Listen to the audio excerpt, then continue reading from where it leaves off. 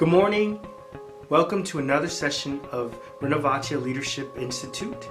My name is Dr. Michael D. Amos, and we're going to be talking today about habits. Now, we talked about habits our last session, so this is a continuation of habits. Now, the reason why habits are so important is because when you think about your behaviors, when you think about life in general, it doesn't matter whether it's your work life, your public life, private life, your habits are always following you. In fact, your habits create your reality, and they also create your performance. So if you have less than stellar performance, it has a lot to do with your habits. If you have amazing performance, it has a lot to do with your habits. Now, why is that important? It's important because many of us want to change the habits that we currently have. It's very difficult to go from a bad habit to a good habit.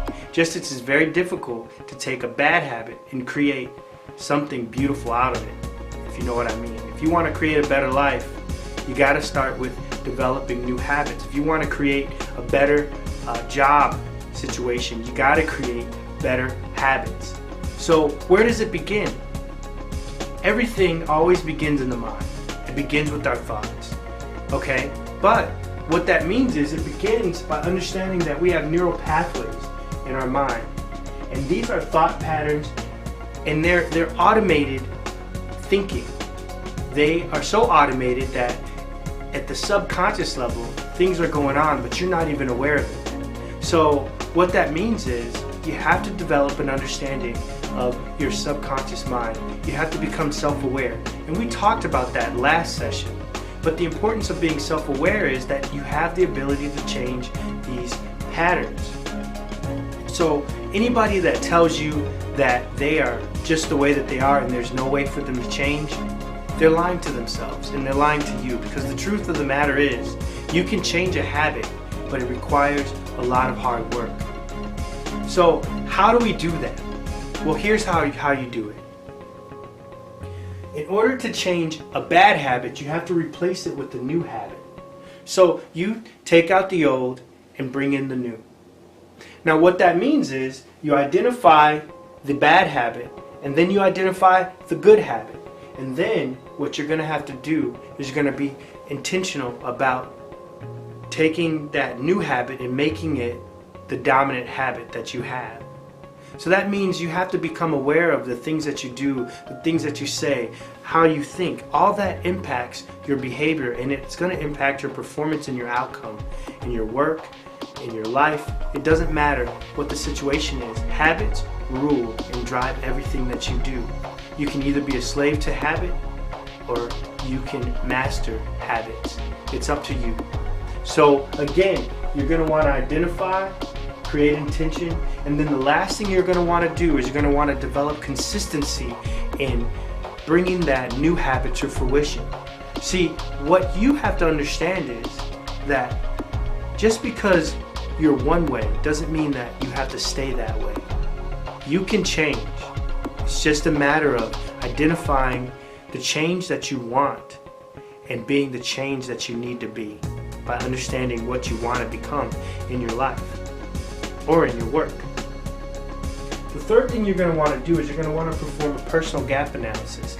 Now in business, we call these gap analysis because what you're looking at is you're looking at a current state, and then you're looking at the future state, and what's in between, that's the area that you need to work on. So that's kind of why I set this up as current state, future state, and then you see this is whatever's in the middle.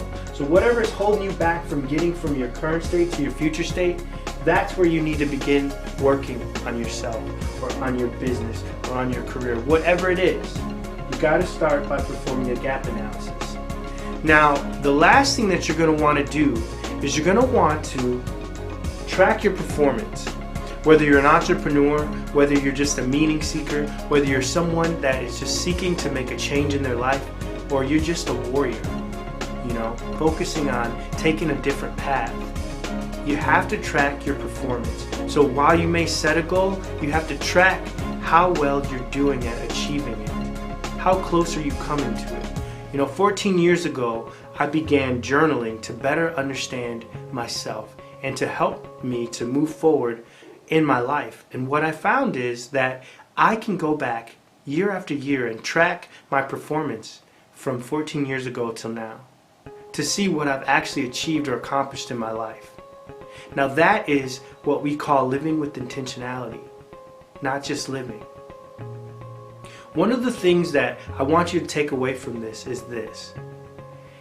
Great athletes or elite athletes, they focus on intentional performance. Now, when you get to high levels of elite performance, you know that it's seconds between what makes you better than someone else. So what you have to do is you have to be intentional about the practice that you are involved in. You can't just go out and just do whatever you're going to do without thinking about it, without planning it. And that's the way that your work needs to be. That's the way that life has to be as well. If you want to create more of an elite type of performance. So the bottom line is this. I am inspired by greatness or by great people. Nelson Mandela was great to me growing up, and he's even more great now because I read his biography, and what was so powerful about him was though he spent all those years in jail on Robben Island, one thing that was powerful about that man was that he had developed indomitable will. He had developed good, strong behaviors. The types of behaviors that he developed helped him to focus. They helped him to strive. They helped him to deal with being in confinement. See, as you read his story, you begin to understand that confinement has nothing to do with having a free mind. So if you want to change your behaviors, it begins by redirecting your neural pathways. And that begins by understanding what you want to become, understanding where you are currently, and not being fearful of fixing all the stuff in the middle. You know, the whole thing we call mess. So please, if you get a chance, take the opportunity to sit down and assess yourself. I think what you're going to find is that you have what it takes to make the changes that you need that will last you a lifetime and get you through the most direst of situations and create in you an indomitable will. I look forward to talking to you our next session. Thank you and have a great day.